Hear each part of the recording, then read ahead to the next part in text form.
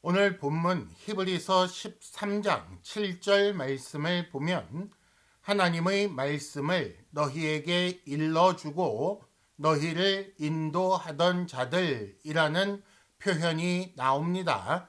이는 하나님을 섬기는 삶을 가르쳐 주는 교회의 지도자를 의미할 것입니다. 그리고 그들의 믿음을 본받으라 라는 말씀이 나오고 있는데, 이를 통해 그 사람들에게 잘 배워서 하나님을 잘 섬기는 자가 되게 하려는 그런 권면을 주고 있다라는 사실을 우리가 알게 됩니다. 즉 히브리서 기자는 하나님을 섬기라라는 명령에 이어서 하나님을 섬기는 방법으로 형제를 사랑하라, 결혼을 귀히 여기라, 돈을 사랑하지 말라라는 권면을 했었고, 이와 비슷하게 하나님을 섬기며 살도록 하려고 그런 삶을 인도하는 자들을 어떻게 대할 것인지, 그들을 대하는 성도들의 자세에 대해 권면하고 있는 것입니다. 그러면 그렇게 인도하던 자에 대한 말씀이 어디까지 이어지는가요? 어떤 사람은 7절에서 끝이 난다, 8절부터는 전혀 다른 내용을 다루고 있다라고 생각할 수도 있겠습니다만은, 그러나 17절 말씀을 보면 너희를 인도하는 자들이라는 표현이 다시 한번 나오고 있습니다.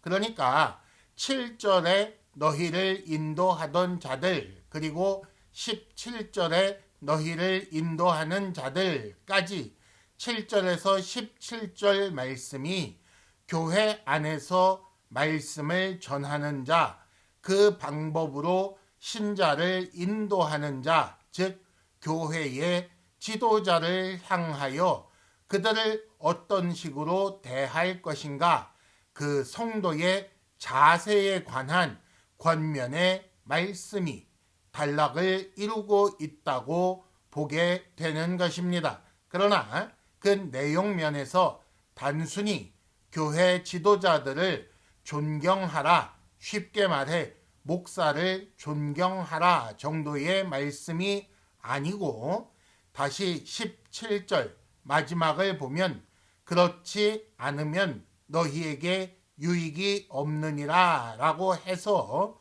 이 자세를 갖추는 것이 결국은 신자의 유익을 위한 것이라는 그런 말씀을 하고 있는 것입니다.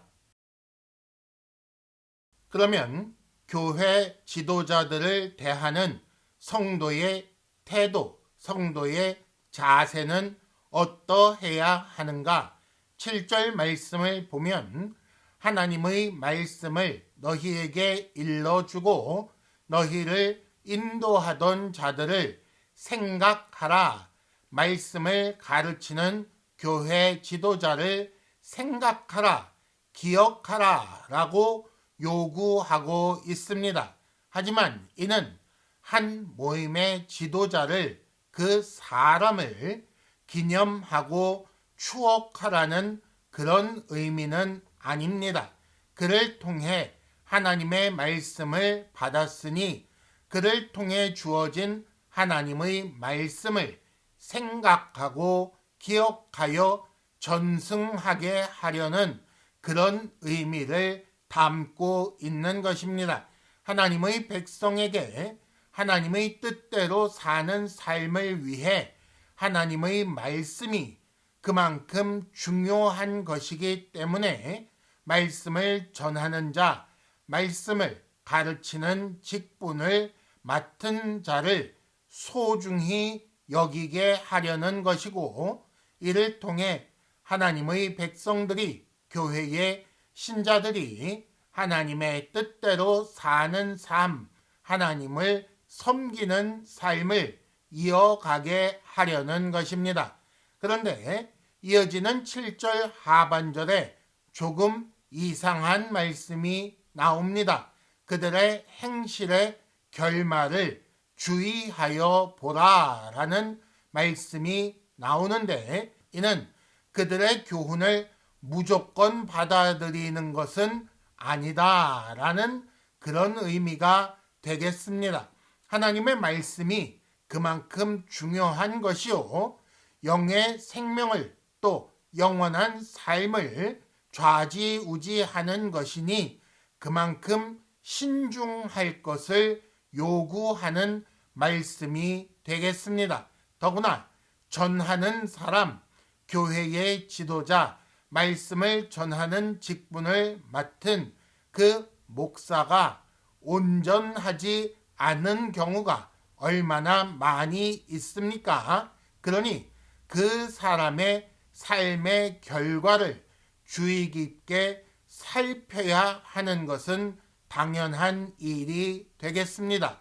그런데 살펴보니 어떻다는 것입니까? 그가 말만 번드르르 하고 행실은 본받을 만하지 않으면 그 말까지 다 내치라 라는 말이 아니고, 잘 살펴보아 그가 혹 연약함에도 불구하고 하나님을 의지하는 자요, 하나님의 말씀대로 잘 가르치는 그런 사람이라면 그 사람이 아니라 하나님을 의지하는 그의 믿음만큼은 본받을 수 있다라는 그런 가르침을 주고 계시는 것입니다. 그래서 7절 말씀 마지막에 그들을 본받으라 라고 하지 않으시고 그들의 믿음을 본받으라 라고 말씀하신 것입니다.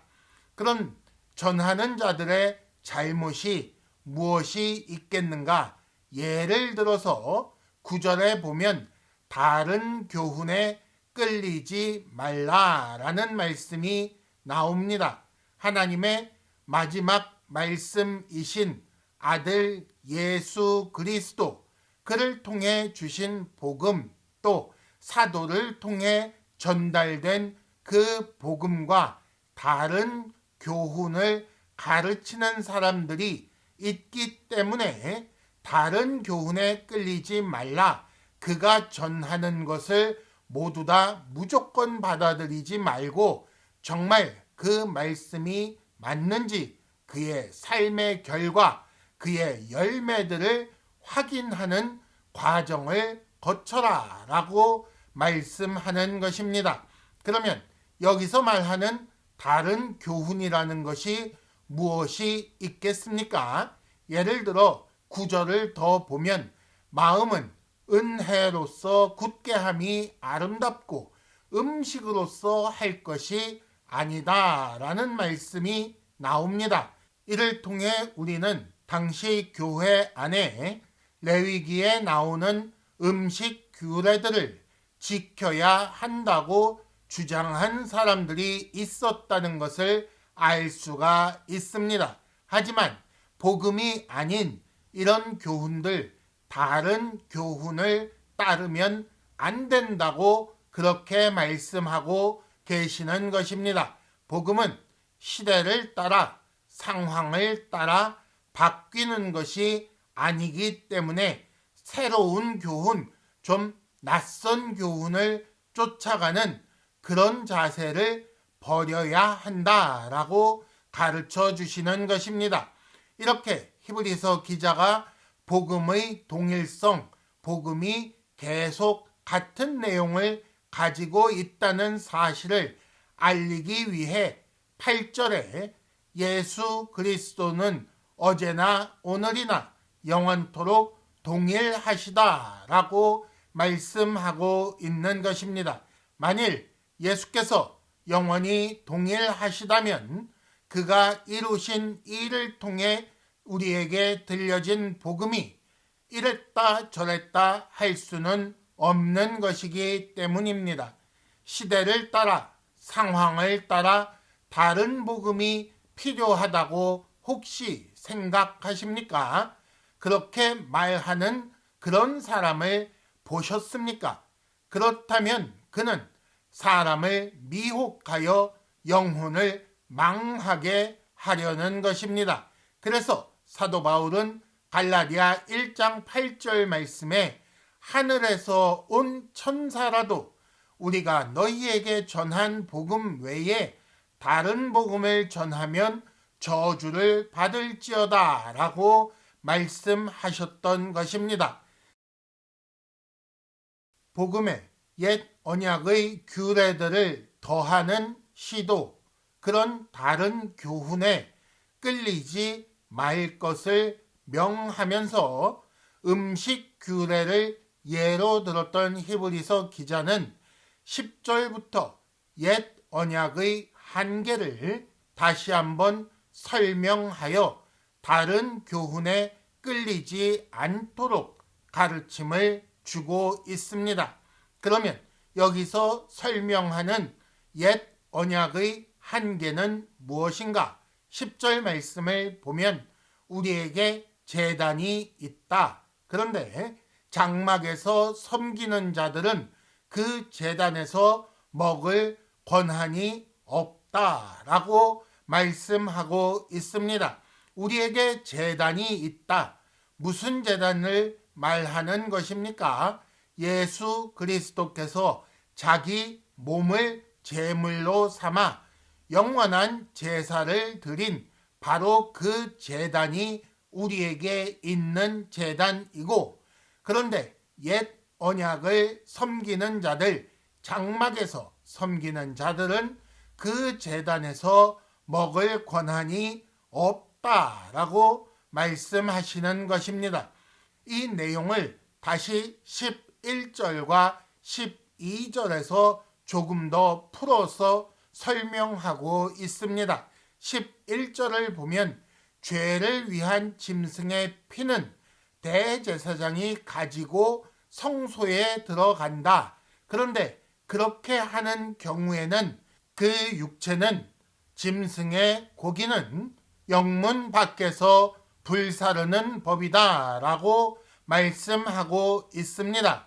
그 외에 제사의 고기를 장막에서 섬기는 제사장이 먹는 경우가 분명히 있습니다만은 이 경우에는 짐승의 피를 대제사장이 성소에 가지고 들어가는 경우에는 고기를 먹지 않는다. 제단에서 먹는 법이 없다라고 먼저 구약의 규례를 설명한 것입니다. 그런데 12절 말씀에 예수도 자기 피로써 백성을 거룩하게 하려고 성문 밖에서 고난을 받으셨다. 그 육체가 영문 밖에서 고난을 받아 죽으셨으니 장막에서 섬기는 자가 그 제물의 고기를 먹지 않는 경우가 아니냐, 제물로부터 어떤 유익을 얻을 수 없는 경우가 아니냐, 그런데 왜 장막에서 섬기려 하느냐, 왜 옛 언약의 예식을, 음식 규례 같은 것들을 지키려고 하느냐라고 말씀하시는 것입니다. 그러면서 오히려 우리는 13절 그의 치욕을 짊어지고 영문 밖으로 그에게 나아가야만 한다. 우리도 예수께서 죽으신 그 자리에서 죽는 것이 옳다라고 말씀하시는 것입니다. 다르게 말하자면 우리의 삶은 예수 그리스도의 고난에 참여하는 삶이라는 것입니다.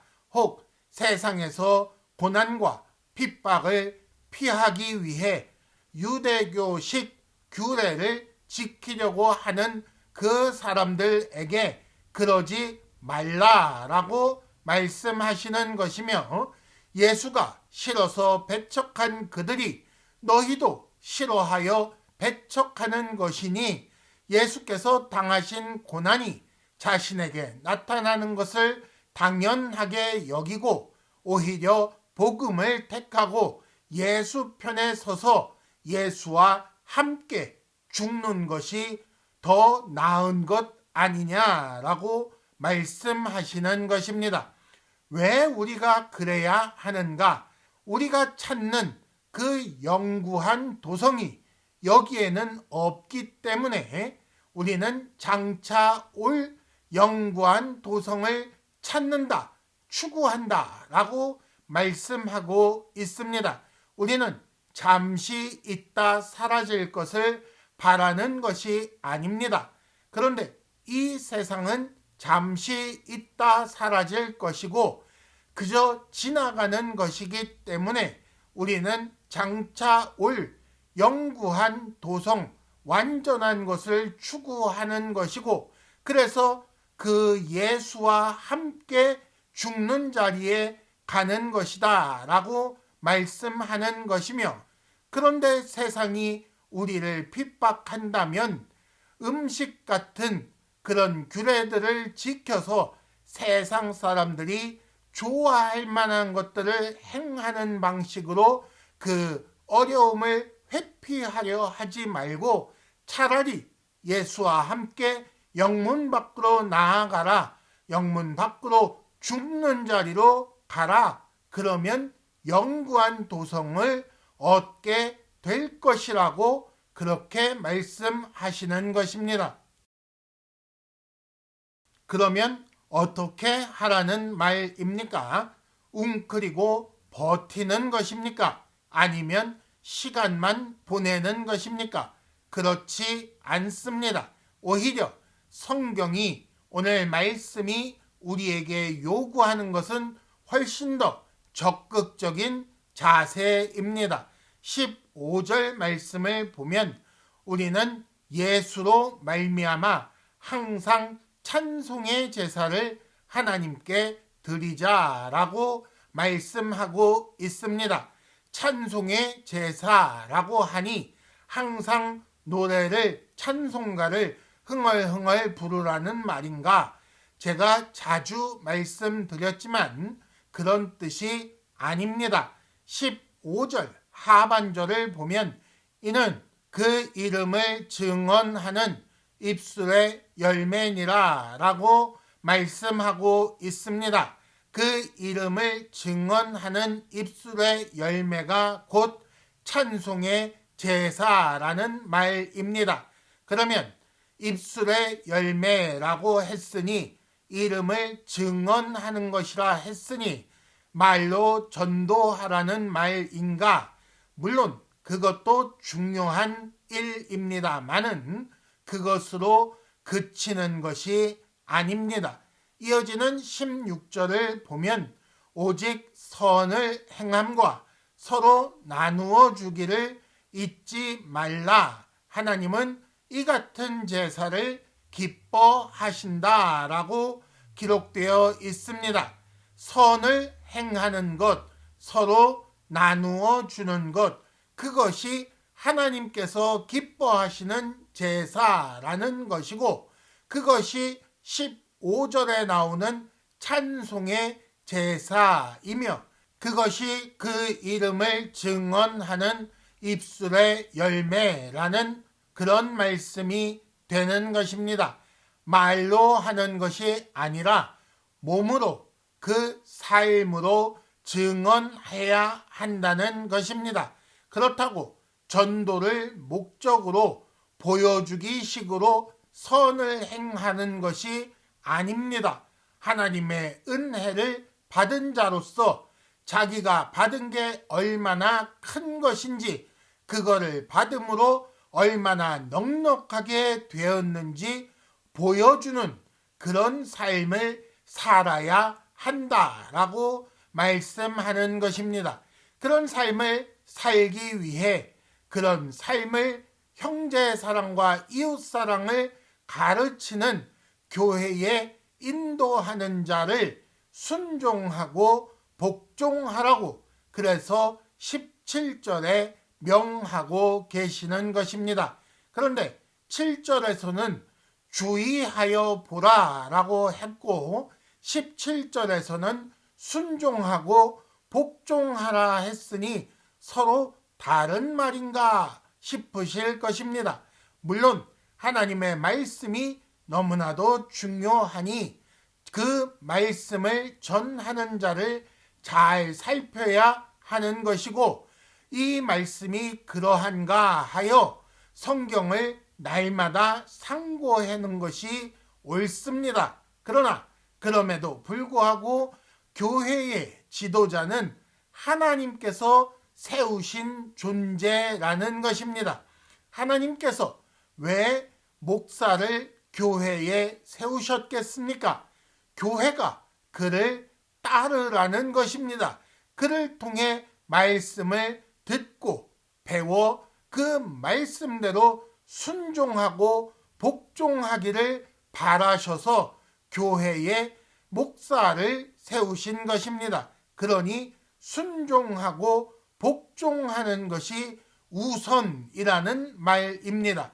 그의 직분을 부정하고 그의 권위를 무시하면 안 된다는 것이고, 만일 그렇게 그를 무시한다면 그를 세우신 하나님을 무시하는 그런 일이 되는 것입니다. 하나님께서 세우신 교회의 지도자가 비록 완전하지 못하고 연약하고 부족할지라도, 물론 그럴지라도, 그럼에도 불구하고 그는 양무리를 책임지는 그런 사람이요 하나님께서 세우신 지도자입니다. 교회의 지도자라면, 목사라면 이런 인식은 모두 다 가지고 있는 것입니다. 그래서 17절 말씀에 그들은 너희 영혼을 위하여 경성하기를 자기들이 청산할 자인 것 같이 한다라고 말씀하고 있는 것입니다. 그래서 신자들은 그들을 즐거움으로 일하게 하고 근심으로 하게 하면 안 된다고 말씀하는 것입니다. 만일 순종하지 아니하고 목회자를 불신하며 그를 오히려 무시한다면 너희에게 유익이 없다라고 그래서 말씀하는 것입니다. 하나님께서 목회자를 세우신 목적이 수포로 돌아가게 되고 서로 슬프고 괴로울 일이 생기게 된다는 것입니다. 하나님의 말씀을 전하며 성도들을 인도하는 교회의 지도자, 목회자를 향하여 어떻게 해야 하는지 그 자세를 아시겠습니까? 오염되고 타락한 시대라서 지탄받는 목회자가 있기 때문에 이런 말씀을 드리기가 쉽지 않지만, 그러나 그들의 행실의 결말을 주의하여 보시고 하나님의 말씀을, 바른 교훈을, 참 믿음을 받아들여야 할 것입니다. 혹 연약하여 실수하는 일이 있을지라도 하나님을 섬기는 삶에 대한 그 교훈은 순종하고 복종함으로 찬송의 제사를 드리는 것이 옳은 것입니다. 마지막 날이 가까워지고 마귀가 마치 우는 사자와 같이 신자 하나라도 더 넘어지게 하려는 이 어려운 때에 그저 자기 귀에 달콤한 말이나 찾아다니다가 혹 다른 교훈에 끌리게 되면 망하는 것입니다. 요즘 특히 위험한데 많은 이단들이 우리를 위협하는 때이기 때문입니다. 유익을 얻지 못하는, 유익이 없는 그런 성도가 되지 않도록 인도하는 자를 통하여 주시는 하나님의 말씀을 잘 듣고 이것이 그러한가 성경을 상고하며 살피며 순종하고 복종하는 성도들이 되시기 바랍니다.